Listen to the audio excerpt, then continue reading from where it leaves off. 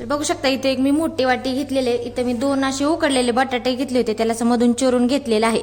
तर आता ह्याला काय करायचं, हे भांड्यामध्ये टाकून घ्यायची आणि अशी बारीक एक खिसणी आहे ना, अशी खिसणी घ्यायची. त्या खिसणीने हे बटाटे असे सर्व असे बटाटे खिसून घ्यायचेत आपल्याला. तर सगळं बटाटे ह्याच्यामध्ये असं बारीक खिसून घ्यायचे. पद्धतीनं उकडलेल्या बटाट्यापासून नाश्त्याची रेसिपी करणार आहोत. खूप सोप्या पद्धतीनं होणार आहे, खायला पण एकदम मस्त लागणार आहे. कमी वेळेत आणि कमी साहित्यामध्ये ही रेसिपी बनणार आहे. त्यामुळे ही रेसिपी तुम्ही शेवटपर्यंत नक्की बघा आणि तुम्हाला माझी रेसिपी कशी वाटली ते कमेंटमध्ये मला नक्की सांगा. चला तर मग रेसिपीला आपण सुरुवात करूया. तर इथे आपण बटाटा किसून घेतलेला आहे. आता त्यामध्ये इथे मी थोडंसं धनं घेतलं होतं, त्याला असं टेचून घेतलेलं आहे, ते पण ह्याच्यामध्ये टाकून घ्यायचं.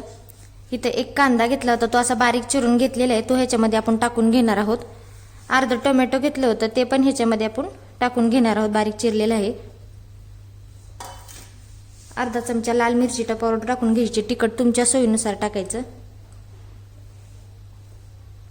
आता इथं मी पोहे खायचा जो चमचा असतो ना, तो इथं गव्हाचे पीठ घेतलेलं आहे. आता हे 4 चमचे आपण गव्हाचे पीठ ह्याच्यामध्ये टाकून घेणार आहोत.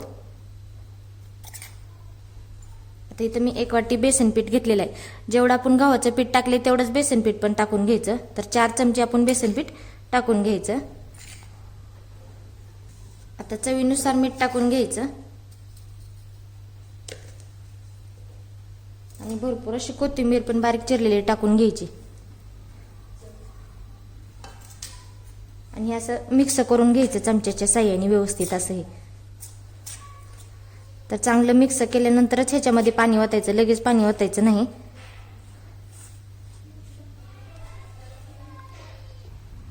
आता इथं आपण हे मिश्रण चांगलं हाताच्या साहाय्याने व्यवस्थित असं मळून घेतलेलं आहे. आता ह्याच्यामध्ये थोडंसं पाणी ओतायचं आणि पाणी ओतून असं व्यवस्थित हे मळून घ्यायचं. जास्त घट्ट पण नाही आणि जास्त पातळ पण नाही, मध्यम असंच मळून घ्यायचं. आणि समजा तुमच्याकडून जर जास्तच मिश्रण पातळ झालं तर थोडंसं गव्हाचं पीठ किंवा बेसन टाकलं तरी पण चालतं. तर बघा इथं आपण पाणी ओतल्यानंतर व्यवस्थित असं हे मळून झालेलं आहे. आता लागलंच तर थोडं ओतायचं, नाही ओतलं तरी पण चालतं. तर हे अशा पद्धतीने आपलं हे मिश्रण तयार पण झालेलं आहे. तयार झालेलं आहे. तर चला तर मग पुढची तयारी आपण करून घेऊया. तर इथे गॅसवरती एक पॅन ठेवलेला आहे. पॅन चांगला असा गरम करून घ्यायचा. तुमच्याकडे जर असा पॅन नसेल तर कढईमध्ये केलं तरी पण चालतं. तर चांगला असा याला आपण गरम करून घेणार आहोत. तर इथं पॅन आपला गरम झालेला आहे, त्यामध्ये आपण तेल टाकून घेणार आहोत. थोडंसं असं तेल व्यवस्थित पसरवून घ्यायचं, असं उलंतीच्या साईडने असं व्यवस्थित पसरवायचं तेल.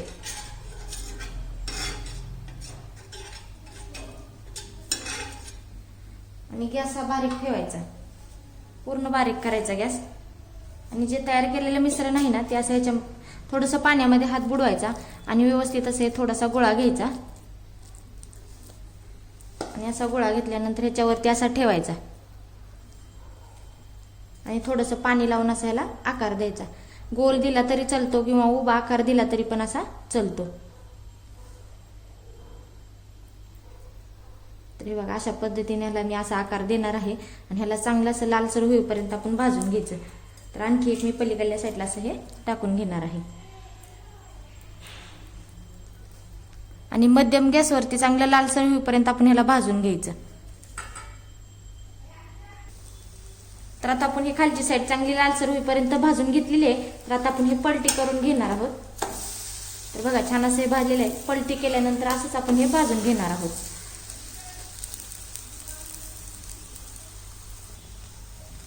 तर इथे बघू शकता आपण दोन्ही साईडने चांगलं खरपूस होईपर्यंत भाजून घेतलेलं आहे. तर असंच बाकीचं पण अशाच पद्धतीने आपण तयार करून घेणार आहोत. तर मस्त असता बटाट्यापासून, उकडलेल्या बटाट्यापासून मस्त नाश्ता तयार झालेला आहे. घरी नक्की ट्राय करा. खूप सोप्या पद्धतीचा आहे, खायला पण एकदम मस्त लागणार आहे, कमी साहित्यामध्ये आणि कमी वेळेत. तर इथे मी तोडून दाखवते किती मस्त हा नाश्ता तयार झालेला आहे. तुम्हाला माझा नाश्ता कसा वाटला तो कमेंटमध्ये मला नक्की सांगा. चला तर मग भेटूया पुढच्या रेसिपीमध्ये. तोपर्यंत धन्यवाद.